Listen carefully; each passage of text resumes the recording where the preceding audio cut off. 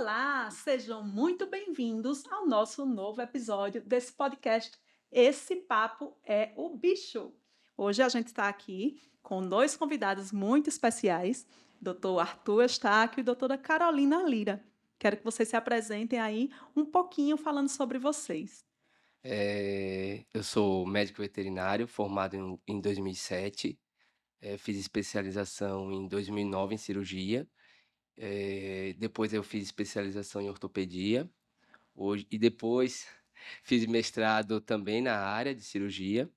E hoje eu trabalho tanto para as clínicas do Hospital Veterinário El Bicho, prestando serviço de ortopedia e cirurgia geral. E também sou professor de clínica cirúrgica do SESMAC. Eu sou a Carol Lira, né? Sou anestesista de alma desde que entrei na veterinária, descobri a área. Eu sou formada na Federal de Pernambuco, tenho residência pela URGS, aprimoramento em anestesiologia tanto de grandes como de pequenos pela Unesp de Botucatu. Também tenho mestrado pela UFAL e sou da guerra como Arthur. A gente trabalha nas clínicas, trabalha no Hospital El Bicho. Hoje eu estou tendo a oportunidade de assumir um pouco da UTI da El Bicho, então faço parte da equipe de intensivismo também de lá. E é isso, 12 anos aí na luta. Sejam muito bem-vindos e eu não me apresentei, né? Para quem não me conhece, eu sou Fabrício Almena, sou formada pelo SESMAC e tenho especialização em UTI e emergência veterinária. Então, a gente vai falar um pouquinho hoje sobre politraumas, né?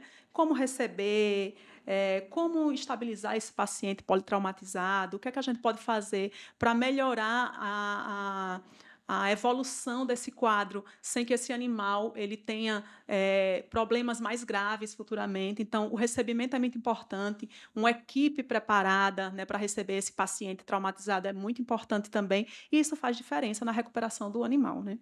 Então, hoje eu vou começar agora com o Dr. Arthur. Você pode nos explicar um pouco mais sobre politrauma e quais são os primeiros passos para receber esse paciente em uma condição de politraumatizado? Então, geralmente o paciente que vem politraumatizado é o paciente atropelado, né? Seja por uma condução pequena, uma condução grande, o que vale no politrauma é a onda de choque. Então, é sempre bom a gente saber qual é o tipo de energia do trauma esse paciente sofreu. Então, a primeira condição para saber importante na mímica do politrauma é a gente saber qual tipo de trauma foi esse. Se esse paciente ele foi receber um trauma de alta energia, como atropelado por um ônibus, ou se esse paciente foi atropelado, por exemplo, por uma bicicleta. Então, o que quer dizer o politrauma? Então, um paciente que está com várias partes, vários ossos, vários tecidos, vários órgãos traumatizados. É importante a gente saber que não existe só a questão da fratura óssea, mas também existe também a questão dos próprios órgãos. Então, por exemplo, o baço pode se romper, o fígado pode se romper. Então, o ideal é que esse paciente, a primeira coisa que ele chegue à clínica, acho que a Carol sabe explicar isso melhor do que eu, é a estabilização desse paciente, né, Carol? Perfeito. E é como você falou, a gente tem que ter um serviço completo. Então, da hora que esse paciente entrou, a gente tem um tutor desesperado, a gente tem, às vezes, um paciente inconsciente, um paciente sangrando. A equipe preparada para o atendimento da emergência, ela precisa ter um controle emocional de olhar para aquela bagaceira, né? Vamos ver assim, nordestinamente falando, e entender qual é o primeiro passo. Uhum. E não se assustar com o que vai ver, porque nem sempre o que a gente enxerga é o mais grave. Então, Sim. muitas vezes a gente nessa estrada, né, de aprender como tratar os politraumatizados, às vezes a gente encaminha para o Arthur um paciente que não foi adequadamente estabilizado. Ele diz: que é isso, minha, vocês estão louca, Ah, volta. Então, estabiliza primeiro. Olha, primeiro a gente olha estado de consciência, que na verdade agora está até mudando, né? Então, antes a gente tinha o A, B, C, D do trauma, a gente agora tem um X.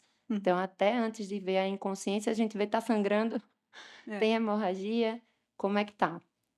E esse serviço, a equipe ela tem que estar muito coesa. Chegou na emergência, quem atende na emergência não é quem está na UTI. Então o intensivista ele vai da emergência, ele estabiliza, num ponto em que o paciente às vezes é encaminhado para a UTI e o intensivista da UTI dá continuidade. Hum. Claro que a gente não, quem é daqui é de lá, quem é de lá é daqui, né, mas, existe o passo a passo. E parte da estabilização passa com essa avaliação de sangramento, respiração, nível de consciência. E o pior para a gente, no caso, estabilizou, e aí falando como anestesista, né? O intensivista vai lá, faz lindo, estabiliza, encaminha para a UTI, o intensivista da UTI estabiliza, beleza, vamos para cirurgia. E o desafio de desestabilizar o que eles estabilizaram, né? É. Que agora eu vou aprofundar um paciente, colocar ele em narcose, desorganizar tudo, e às vezes o trauma, como o Arthur falou, dependendo do impacto, uma concussão, um Uma perfuração pulmonar, perfuração um pulmonar, trauma de coluna. trauma de É, coluna, Isso, trauma é, crânioencefálico, tem. isso. TCE, que é o pior É, de todos também, né? porque às É, vezes você tem um paciente que está lá com uma fratura exposta e ela chama a atenção pela fratura exposta da é o que perna, mais assusta, né? que tá ali assustando Visivelmente. todo mundo, O e osso. quando a gente vai ver, o paciente tem uma fratura de vértebra vertebral, entendeu?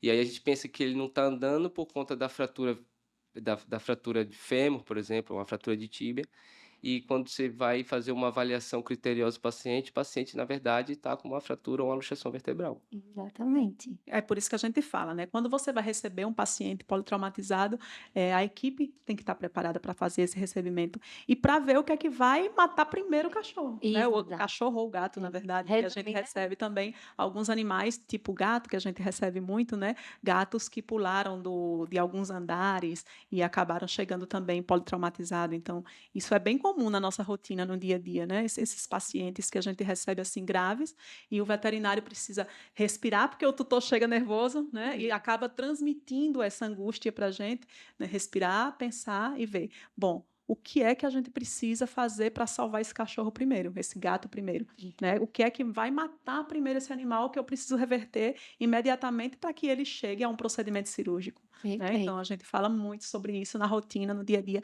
com os veterinários que estão ali na linha de frente sobre isso, né?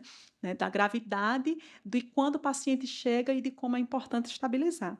Né? Perfeito. Então, me diga, doutora Carolina, quais são os principais sinais vitais que precisam ser monitorados em esse paciente com politrauma, né, que E- normalmente a gente recebe na emergência? Então, como a gente estava falando, né?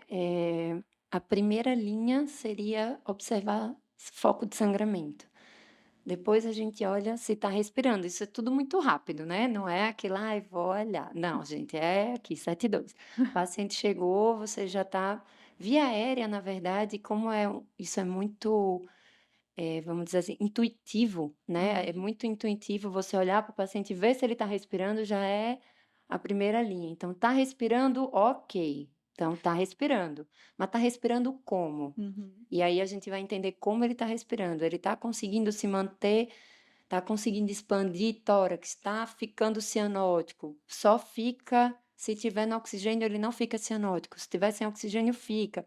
Então, parte primeiro de uma avaliação de respirou. Beleza, está respirando? Como é que está o nível de consciência desse paciente? Porque você falou dos gatos, tem muito paciente politraumatizado que chega e interessante, às vezes ele parece que espera para desmaiar, vamos dizer, na mão da gente, né? É. Chega aqui firme, de repente o gato apaga, né? Então, por que que ele veio consciente, no serviço ele apagou? O que que Uhum. aconteceu de lá para cá, né? E aí o nível de consciência, para mim não, né? A gente aprende, né, que sangramento e respiração, e daí a gente vai avaliar nesses pacientes a parte neurológica é muito importante, porque daí até a abordagem de intubar esse paciente é de Uhum. acordo com o que eu estou avaliando, se houve uma concussão cerebral, se houve algo em cervical. É. Então eu tive uma experiência inicial, quando a gente está, né, começando a carreira, e a gente às vezes está naquela agonia de intubar o paciente e esquece que a cervical dele pode estar lesionada. Uhum.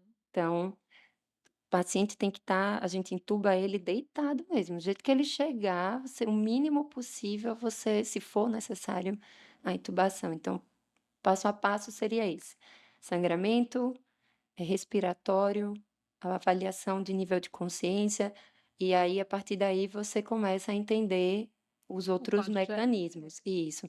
Tem fratura, esquece fratura. O Arthur quem mais diz isso, né: "Carol, esquece a fratura, olha o resto". É, a fratura dá para segurar A um pouquinho. fratura relaxa, esquece a fratura.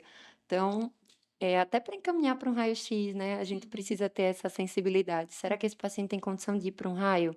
uhum, A ausculta, então a sêmio, né, o uhum, intensivista ele é sêmio raiz. uhum. Ele olha a expansão, ele vê se a via aérea tem sinal de Obstrução. obstrução, se tem sangramento isso é detalhe, né, então, mas tem sangue na orelha? Uhum, Então, às vezes, um sangramento de conduto auditivo não é porque ele ralou a cara no asfalto, é porque a força de impacto foi tão grande que gerou uhum, o trauma crânio, o TCE, e ele uhum, o meu sinal de TCE, às vezes eu tenho um paciente consciente, eu tenho um paciente sem alteração neurológica, né, que é aquelas comuns, nistagmo, alterações mais clássicas, convulsão, não tem. O paciente está aqui pleno, mas ele tem um leve sangramento na orelha, isso é um indicativo de um TCE. é, E aí mas os os principais fatores, principais né. são esses. Uhum. Isso. Então, a gente precisa, como a equipe deve estar preparada para esse paciente politraumatizado, eu queria dar uma dica para você, tutor, né. Quando você, quando viu que o animalzinho foi atropelado, ou caiu, ou sofreu algum acidente doméstico, porque às vezes acontece também, né, já tive tutor que chegou com um animalzinho, no braço, que ele estava pegando alguma coisa no armário, quando desceu, pisou no animal. Sim. Então a gente recebe, já recebi alguns, na verdade, né, politraumatizados assim, com acidente doméstico mesmo. Então, tutor, aconteceu algum acidente, aconteceu alguma emergência dessa, entre em contato com a clínica veterinária e aí você já vai, ó, tô chegando com o meu animal assim, que aconteceu isso, porque isso é importante para a equipe estar preparada para receber aquele paciente grave. Então, a gente já fica com a equipe pronta, né, Isso. preparada, né, já só esperando o recebimento. Então, esses minutinhos vão fazer toda a diferença na evolução desse paciente. E uma coisa que eu acho legal que a gente faz lá na É o Bicho, tem tutores que ligam para orientar como levar. Então aconteceu esses dias, uma tutora, um pacientinho que, foi paciente do Arthur, traumatizou os 2 húmeros, né, e ela ligou para saber como colocar ele no carro. Isso Uhum, faz diferença para mim. Então a partir do momento que o tutor liga: "E aí, olha, foi assim, o carro passou por cima de onde, né? uhum, Vamos lá". E a gente orienta o caminho desse paciente para chegar no serviço. uhum, Nossa, às vezes isso é tanto esse pacientinho foi importante. A gente uhum. orientou que mantivesse a cabeça alta, porque a respiração estava diferente, podia ser uma hérnia diafragmática. O paciente chegou, se viesse, vamos dizer assim, sem a orientação, talvez não tivesse chegado tão tranquilo em É. relação a não ter sido orientado. Exatamente, isso faz toda a diferença. Quando Vai. você, tutor, né, verifica como o hospital que você vai levar, né, e vê essas orientações para poder fazer diferença muito grande, inclusive quando é outras emergências também. Então, Isso. isso é muito importante que você esteja atento a isso e busque um hospital que realmente tenha 24 horas e que seja referência em atendimento de emergência, tá? Então, vamos lá. Avaliação e estabilização inicial. Quais são os procedimentos essenciais para avaliação e estabilização inicial de um paciente com politrauma? Né? Eu recebi esse paciente, eu vou ver o que é que ele tem, como você estava falando, e a partir daí, né, vai ser direcionado para o doutor Arthur, para a cirurgia ortopédica, não vai ser um outro tipo de cirurgia. Como a gente consegue ver, né? Quando a gente consegue observar esses valores, como é feita a avaliação desse animal? Avaliação física geral, né, então a gente vê se esse paciente está com as mucosas normocoradas, a gente, como eu falei, eu bato muito na respiração, porque é o que vai manter o paciente É o primeiro vivo, passo, é né. o primeiro passo. Avaliação aérea, né. Ah, é, exatamente. E beleza, tá respirando, mas qual é a viabilidade dessa respiração? Então, normalmente, o que é que a gente faz? Um politraumatizado, ele precisa de um atendimento de estabilização, analgesia. Então, o primeiro ponto é tirar a dor dele, Viu que está respirando, não está sangrando, vamos tirar a dor desse paciente, está doendo, com certeza. Ele levou uma porrada, seja lá de onde veio, né, ou ele caiu, ou ele foi jogado, mas então vamos tirar a dor dele. Até isso desestabiliza, né, o Exato, paciente. ficar com dor, né. É. Então a gente normalmente, além da analgesia, eu gosto muito de fazer uma tranquilização. A adrenalina, ela vai para níveis altíssimos nesses momentos. Então, não adianta também eu só jogar um opioide nesse paciente e esperar que ele relaxe, ele não vai relaxar. Então a gente faz uma leve tranquilização de acordo, obviamente, O com quadro o geral. quadro geral, se o paciente não está inconsciente, né, vamos dizer que é um politraumatizado, mas que ele chegou sem parte neurológica. Então, vamos lá, uma analgesia importante. Mesmo os com alteração neurológica, a gente tem que fazer uma analgesia até para estabilizar. Respiratório, porque nem sempre eu tive um impacto de pulmão, mas se eu ficar taquipneico, eu vou Uhum. gerar um problema mais para frente. Então, analgesia em primeiro lugar, depois que o paciente relaxou, analgesia e tranquilização também, a gente parte para os exames de imagem normalmente. Então a gente pode pegar um ultrassom, fazer um T-FAST, ver se esse parênquima pulmonar está ok, se não existe sangramento a nível torácico, fazer um T-FAST de abdômen também. Não tem sangramento? Vamos para o raio. Normalmente o passo a passo é esse. Por que para o raio? Porque o que eu não vi na ultrassom, o raio-x vai me mostrar. Eu preciso saber se aquele tórax está ok, né? Na ausculta, eu tenho um abafado, por que está abafado? Então, pode ser que a gente não identifique no primeiro momento. Então, corre para esse paciente para o raio, depois dele estável, paciente normocorado, né? Não vai levar o bicho roxo para o raio-x, que ele vai morrer no raio-x. É. Então, fez analgesia, o paciente tem condição de ser removido, tá com as mucosas ok, tá num padrão respiratório aceitável, leva para o raio. Você vai descartar lá hérnia diafragmática, que é uma coisa que o Arthur corrige bastante desses pacientes, que às vezes acontece impacto, a hérnia vai, o diafragma vai embora, né? Então, a hérnia diafragmática a gente consegue descartar Pneumotórax. pneumotórax, perfeito. A gente consegue descartar pneumotórax, que é uma coisa que vai matar a longo prazo. Pneumotórax ele não vai matar agora não. Então, se o serviço não tiver um raio-x e não estiver a ausculta também do pneumotórax, às vezes confunde. Você pode estar confundindo aquele abafado com outra coisa. Então, é importante a imagem. Depois que a gente tem uma imagem que aquele tórax está ok, aí daí a gente vai para os outros sistemas, né? E daí, por fim, chega no osso. Por último, doutor Por Arthur. Bicha fala, viu? A bicha fala. E vamos Aí lá, né. volta para falar do que gosta, né? Mas esse Volta para falar do que Parando de gosta. falar. Corta o microfone aqui, produção. doutor Arthur, me diga, quais são os tipos mais comuns de intervenções cirúrgicas necessárias nesse caso de politraumas? A gente pega de tudo, assim, mas a mais comum é fratura, e essa fratura ela pode estar associada à luxação ou não. Então, tudo vai depender da energia do trauma, né?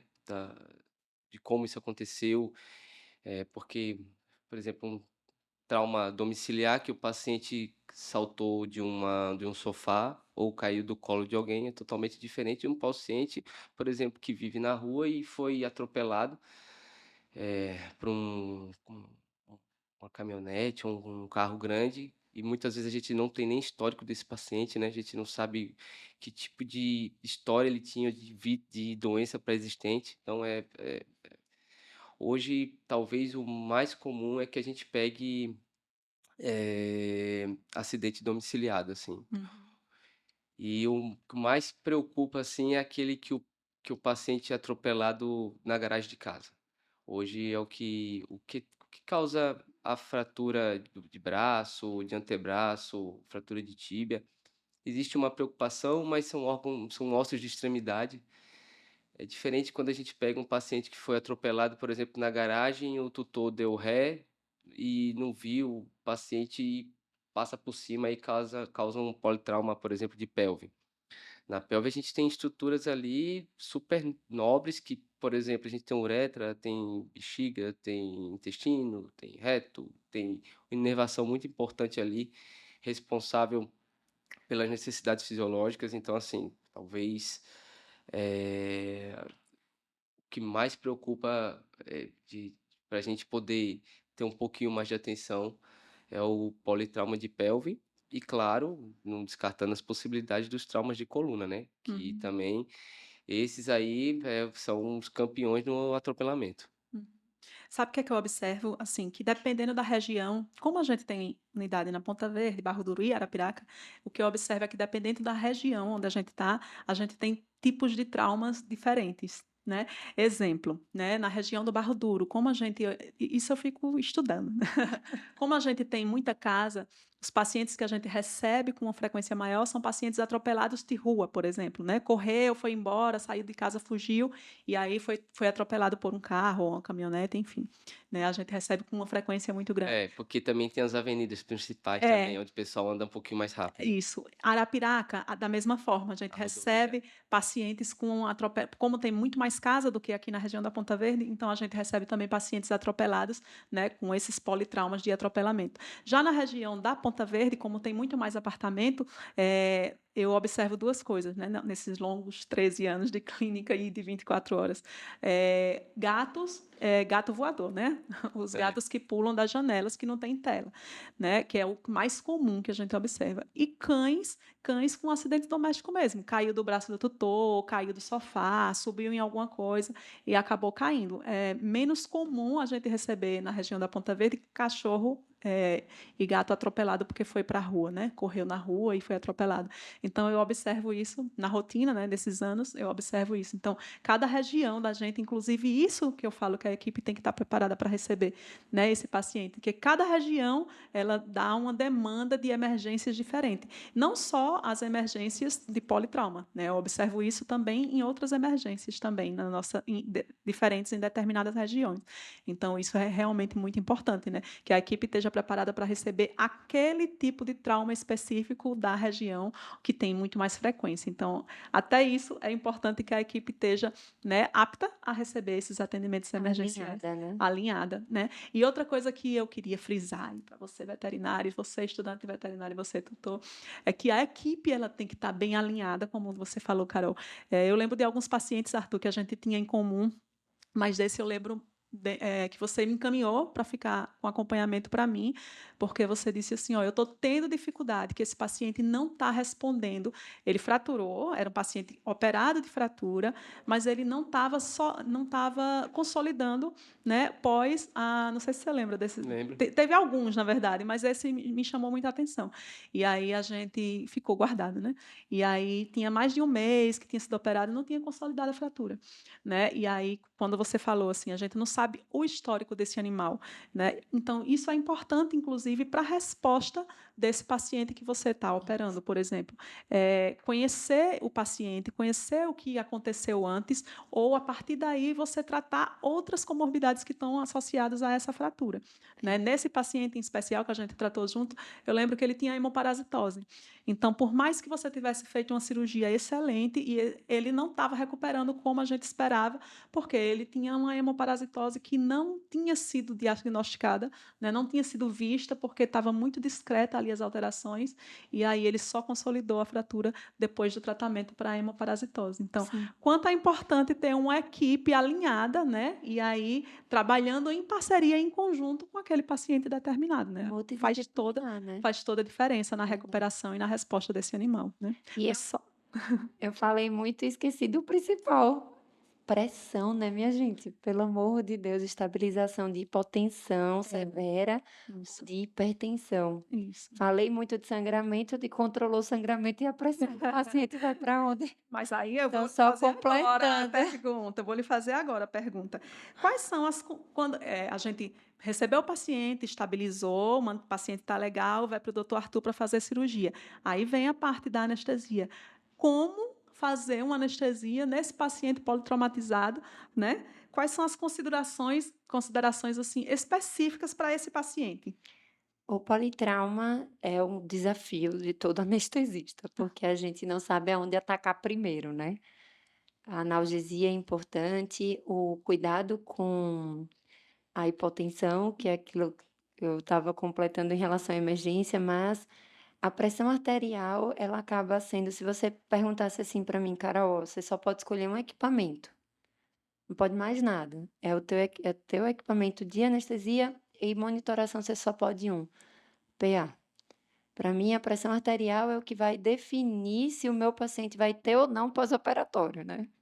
Então é ela que vai manter a pressão arterial. A gente tem a sistólica, a diastólica e a média. Uma média abaixo de 60, o paciente ele não perfunde adequadamente. Então o desafio maior desses pacientes é perfusão, Fabrícia. Um politraumatizado com alterações neurológicas importantes, ele tanto vai ter um sistema nervoso periférico e às vezes central alterado, o que pode me levar a alterações, às vezes até o pessoal fala: "É muito difícil", mas gente, estimulações vagais importantes podem acontecer e eu tenho uma bradicardia que não me responde, porque eu estou com um paciente que está com alteração neurológica a nível periférico, não sou eu, né. Mas o desafio é esse, é manter um equilíbrio de pressão arterial, cuidar com a qualidade, né, de sono artificial, no sentido de proteção neurológica.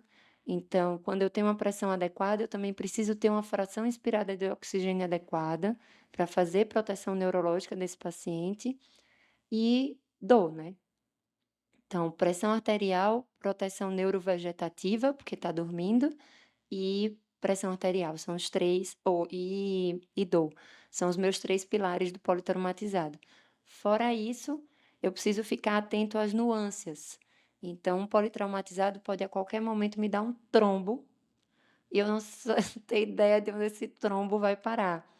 Então, a monitoração do politraumatizado, ela é quase que é ali, é o tempo inteiro. Na verdade, eu nem sento.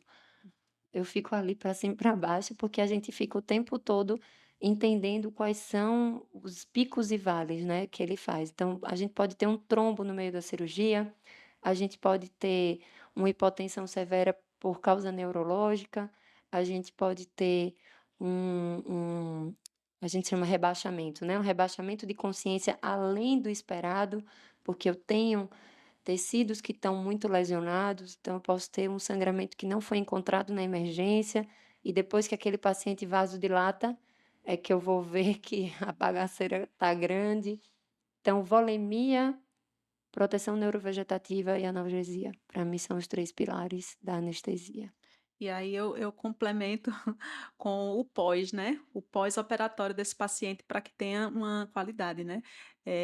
Manter esse animal sem dor, né, gente, isso é importantíssimo, né, no Ufa. pós-operatório desse animal, que a gente realmente mantenha ele sem dor. E ainda tem alguma coisa que os veterinários às vezes, né, esquecem, de pontuar, que é a resposta inflamatória sistêmica desse paciente, né, que tudo pode dar ruim por conta de uma resposta inflamatória sistêmica desse paciente. Então, Perfeito. isso é importante a gente frisar também. Veterinários fiquem atentos a isso também, porque isso é importante também.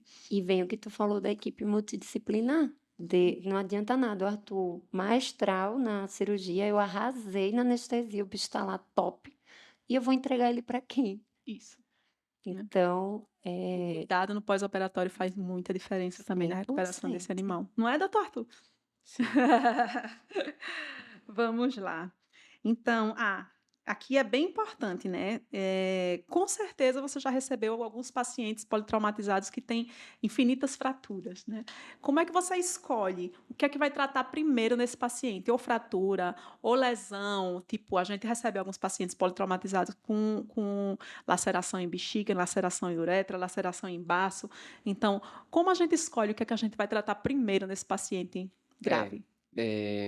complementando o que a Carol falou, você também falou, talvez a síndrome da resposta inflamatória sistêmica seja a causa mais comum de levar pacientes ao óbito pós-operatório em cirurgias que não tinha indicação emergencial. Então, não adianta você correr para um paciente colocar ele em centro cirúrgico se ele não está apto para aquilo. Ou se ele tem uma lesão tecidual muito extensa, você vai anestesiar, você vai deprimir, você vai causar uma nova inflamação onde já está muito inflamado. Então, assim, talvez seja a causa até mais do que o trombo, seja essa resposta inflamatória sistêmica, nessa síndrome. Na escolha, o que que a gente tem que determinar? O paciente, claro, primeiro de tudo, estabilizar esse paciente tem dano de tecidos moles, qual é o tecido mole que está afetado? É claro que você não vai priorizar uma cirurgia óssea se você tem, por exemplo, uma ruptura de vesícula urinária ou uma lesão renal a ponto de ter que realizar uma nefrectomia. Então, o ideal é que a gente realmente priorize primeiro os tecidos moles. Se a gente vai fazer uma nova intervenção, uma intervenção ortopédica depois, é uma outra história. Então, o ideal é que a gente realmente priorize tecidos moles. Como a ge que existe assim, uma grande lenda em que cirurgia ortopédica a gente tem que operar rápido, correndo, e não é verdade isso. Então, o que que a gente tem de urgência e emergência na ortopedia? Fraturas expostas, o ideal é que isso seja uma contenção de danos ali, né, maior, mais rápido possível. Fraturas articulares, a gente tem um período ouro ali de 72 horas para poder mexer. Ou, claro, fraturas e luxações vertebrais. Fora isso, todos esses pacientes, eles podem passar por exames pré-operatórios, avaliação, de eco, de eletro, uma estabilização criteriosa. Então a gente não tem, assim, um índice de emergência ortopédica, urgência ortopédica, e que aquele paciente: "Ah, é urgente, eu tenho que operar hoje, eu tenho que operar agora", não existe isso. Então existe essa grande lenda, ou seja, você vê até no serviço médico mesmo, paciente com uma fratura, femoral, esperando uma semana para fazer o procedimento, ou um paciente que tem uma fratura até exposta, e ele é feito uma contenção de danos com fixador externo, para posteriormente fazer uma nova intervenção cirúrgica. Então, assim, não existe uma emergência, na cirurgia ortopédica, assim, ativa que vá eh, ser priorizada acima de uma lesão de tecidos moles. Então, dificilmente a gente faz essas 2 cirurgias associadas, até pelo índice de contaminação. Então, se eu tenho um paciente, por exemplo, com uma fratura femoral e uma fratura esplênica, por exemplo, um baço rompido, é claro que a gente vai intervir, logicamente, no baço, fazer uma esplenectomia no baço. Ou se eu tenho, de repente, uma uma ruptura vesical, a gente não vai priorizar uma cirurgia ortopédica num paciente a uma ruptura vesical. Então, sempre a gente prioriza o que vai levar o paciente a um risco maior de vida. Praticamente hoje eu desconheço, assim, fora as consequências, tirando as fraturas vertebrais, alguma fratura que vá levar o paciente a óbito, a não ser que seja uma fratura que está ocorrendo com um sangramento importante. Por exemplo, uma fratura, de repente, por um trauma pérfuro-cortante e junto à fratura aconteceu a ruptura de um vaso importante. Aí sim, entendeu? Mas, a gente sempre tenta priorizar, a parte de tecidos moles para depois priorizar a parte de tecido ósseo. Uhum. A gente teve alguns pacientes já como exemplo, né, falando aí, que a gente acabou tendo que operar 2 coisas ao mesmo tempo, né, paciente com ruptura de bexiga, porque teve uma fratura em pelve e que estava ali perfurando aquela região, né. Então a gente um exemplo, né, não Sim, sei se você lembra desse paciente. né. Não sei se você lembra, tivemos tantos pacientes em comum. Na verdade, eu anestesiei um para ele nessa condição, jiu-jitsu preto e branco. Já E tivemos muito, foi acontece, né, É, acontece com porque muita na frequência. verdade é porque você tá ali em cima do paciente. A gente tá com uma fratura de pelve, geralmente essas fraturas tem fratura de pubis e asa de ilho, então a gente tem que corrigir a asa do ilho porque ela foi a ponta, né, o biselzinho do osso foi que rompeu a vesícula urinária, então a gente tem que resolver os 2 problemas ao mesmo tempo. É, só para lembrar, né.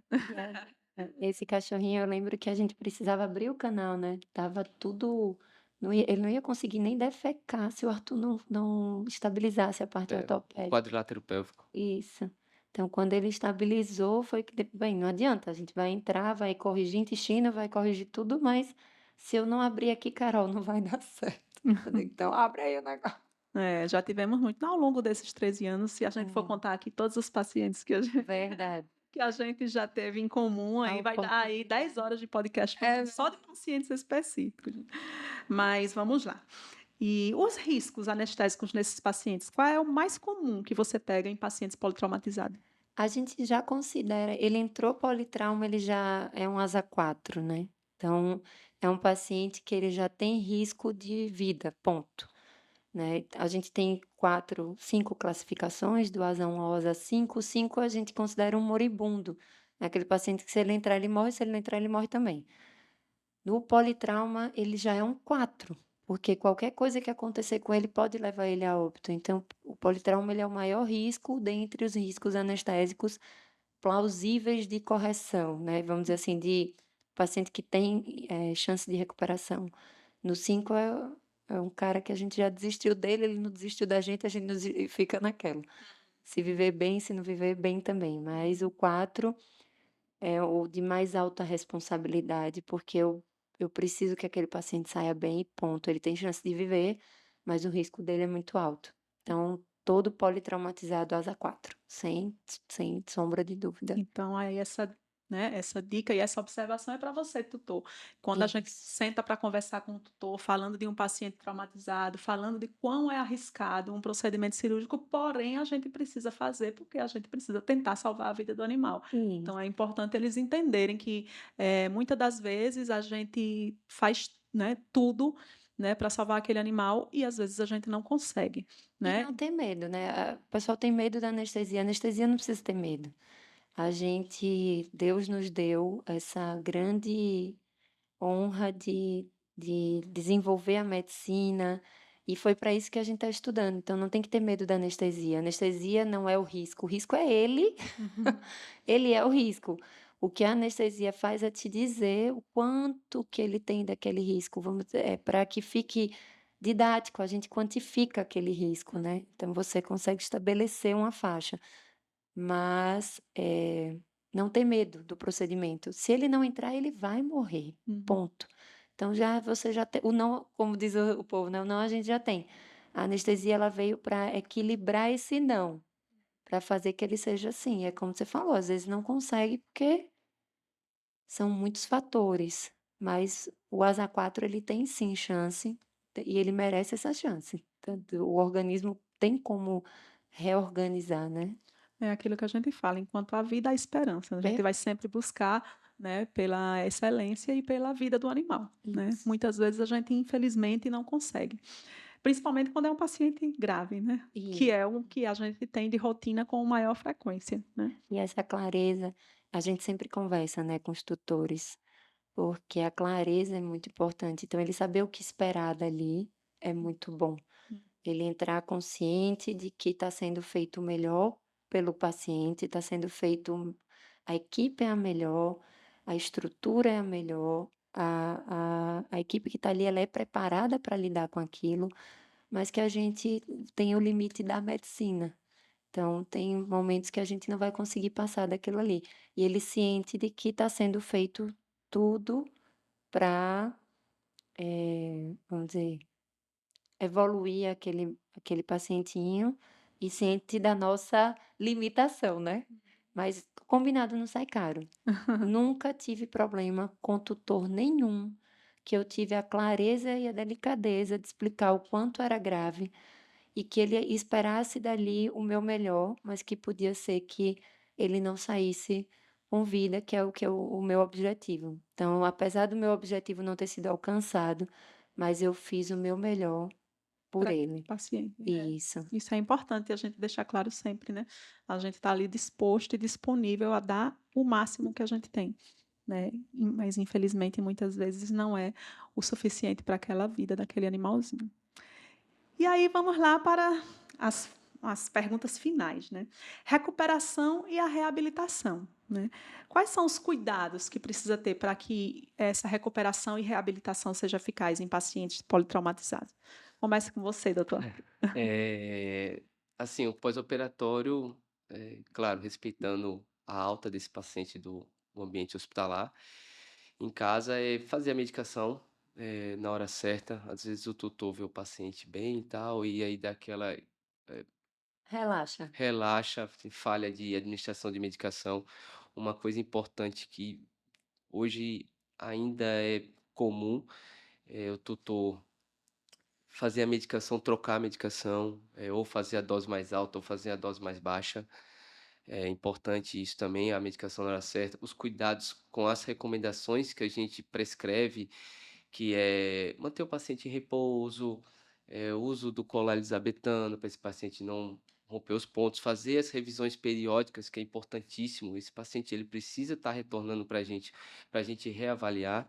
Então, eu costumo dizer que a cirurgia não começa quando a gente corta e não termina quando a gente dá os pontos. Essa cirurgia só termina quando a gente dá alta total para esse paciente. Então, esse paciente depois tem que fazer avaliação, muitas vezes de ultrassonografia, para ver se está tudo bem com a recuperação cirúrgica de tecidos moles. A gente precisa fazer radiografias, de controle, para ver como está a evolução da consolidação óssea, se esse paciente pode estar tendo alguma alteração de cicatrização. Então, eles somem, porque o cachorro vai para casa bem, aí fica andando, lá, lá, lá, lá, depois retorna depois de 8 meses pra gente. Então, assim, é importante a gente, tutor, ter consciência que ele vai ter que ficar retornando pra gente, para fazer radiografia de controle, para ver como é que tá esse osso. Se necessário, dependendo do tipo de fratura, o ideal é a gente remover os implantes que a gente vai usar, seja a placa, seja o parafuso. Fazer controle, por exemplo, de higienização, de limpeza de ferida cirúrgica, principalmente aqueles pacientes que a gente coloca fixador esquelético externo, a gente precisa ter um controle da limpeza um pouquinho mais rigoroso. Retornar para remoção de pontos, que às vezes nem para remoção de pontos eles não voltam, entendeu? E aí depois de um ano aparece, tá lá os pontinhos na pele ainda. Então assim, é mais assim a recuperação é 50% da cirurgia, vai ser 50% a alta, até a alta hospitalar, e a 50% do sucesso da cirurgia, também o tratamento domiciliar. Vai depender também do apoio do tutor na evolução para É. bom desse quadro, desse caso, né. Porque às vezes também não é raro acontecer. Então, o paciente sofreu uma fratura de radiúna, unilateral, membro esquerdo. Aí vai para casa, tá bem, já aconteceu. Uma semana depois, vim com outro membro fraturado, entendeu? Por quê? Porque o animal não teve o repouso adequado, ou seja, ele tinha uma fratura de um lado, estava ali incomodado ainda, um pouco desconfortável, tá recém-operado, pulou novamente do sofá e aí, para tirar o apoio do membro operado, ele botou apoio no membro saudável e acabou fraturando uma semana, exatamente uma semana depois, quebrou o outro braço. Então, assim, é importante assim o tutor ter consciência que a cirurgia não termina nos pontos, não termina na alta hospitalar, só termina quando esse osso ou esse quadro todo ele é estabilizado e evolui para melhora, né, do paciente. Uhum. E você, doutora Carol, o que é que você me fala um pouco sobre recuperação e reabilitação no pós-operatório em relação ao quadro geral do paciente? O que é que pode ser feito para melhorar isso aí, essa evolução e, consequentemente, ter um sucesso na cirurgia do doutor Arthur? Eu concordo com o Arthur, assim, 300%, né, 50-50. A gente faz a nossa parte, mas o tutor precisa fazer a dele também. Horário de medicação, as terapias, que a gente chama de terapias alternativas. Eu tenho um paciente que ele não vai evoluir tão bem se ele não fizer uma fisioterapia.